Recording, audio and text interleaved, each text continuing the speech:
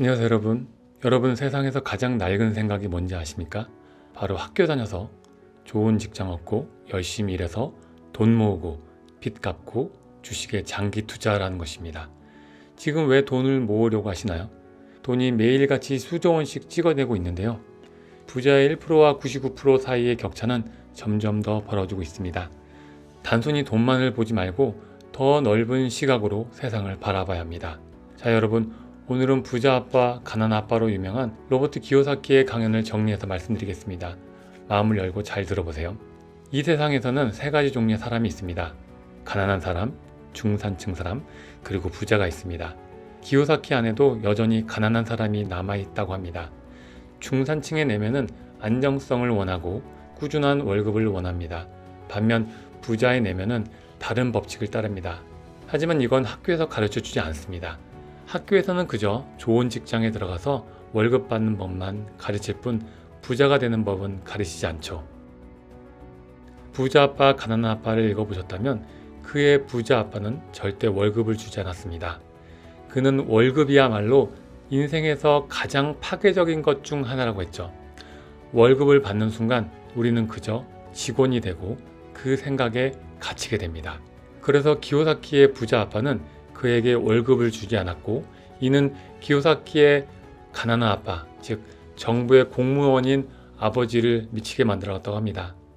아버지는 항상 사람들에게 돈을 줘야 한다고 말씀하셨죠. 그러나 부자 아빠는 월급이 나쁘다고 말한 것이 아니라 돈의 노예가 되지 않기 위해서라고 했습니다.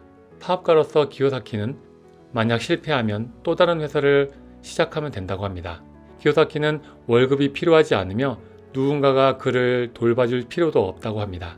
만약 기요사키가 있는 나라가 그를 마음에 들어 하지 않는다면 그는 다른 나라로 이주하면 된다고 합니다. 그곳에서도 사업가가 필요하기 때문이죠. 사업가는 단순히 사업체를 운영한 것이 아닙니다. 사업가는 생각의 방식, 기술의 집합, 그리고 다른 규칙을 가진 사람입니다. 작은 사업과 큰 사업은 같은 규칙을 따르지 않습니다. 사업가는 우선 사고방식이 중요하고 그 다음이 기술이며 규칙이 따릅니다. 직원이냐 소규모 사업가냐에 따라 규칙도 다르고 사고방식도 기술도 달라집니다. 만약 사업가로 도전해보고 싶은 누군가에게 한 가지 조언을 한다면 기요사키는 자신의 경험을 이야기할 것이라고 합니다. 기요사키는 자신의 마지막 월급을 받을 때를 아직도 생생히 기억한다고 합니다. 그것은 그의 인생에서 최악이자 최고의 날 중 하나입니다.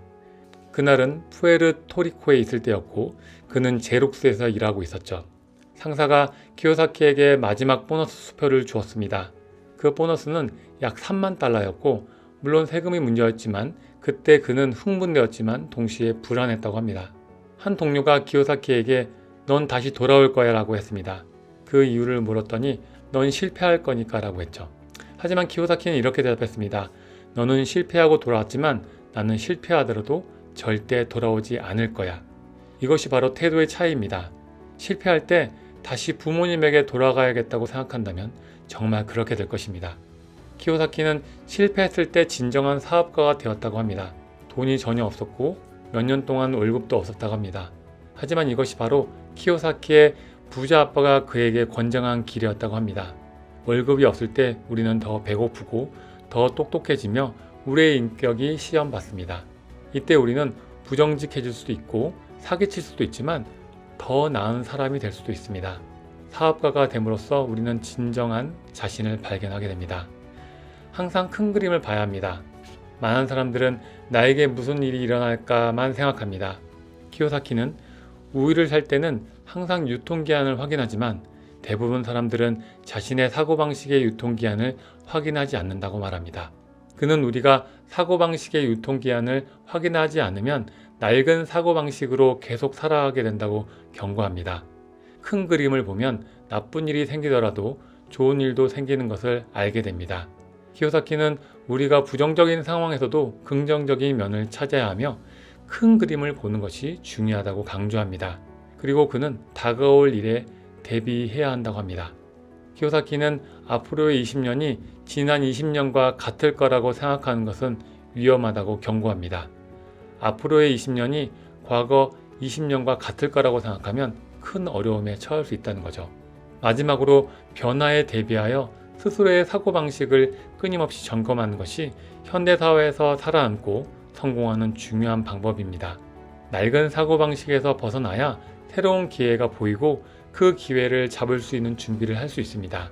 기요사키의 메시지는 단순히 부자가 되는 법을 가르쳐 주는 것이 아니라 새로운 사고방식으로 삶을 바라보고 자유로운 삶을 선택하는 용기를 주는 것입니다. 우리도 마찬가지로 안정된 삶을 쫓기보다는 모험과 도전을 통해 더 나은 내일을 만들어보는 삶을 살 수 있기를 바랍니다. 오늘도 큰 그림을 보며 여러분의 꿈을 향해 나아가시길 응원합니다. 항상 여러분의 성공을 기대합니다. 마음책이었습니다. 감사합니다.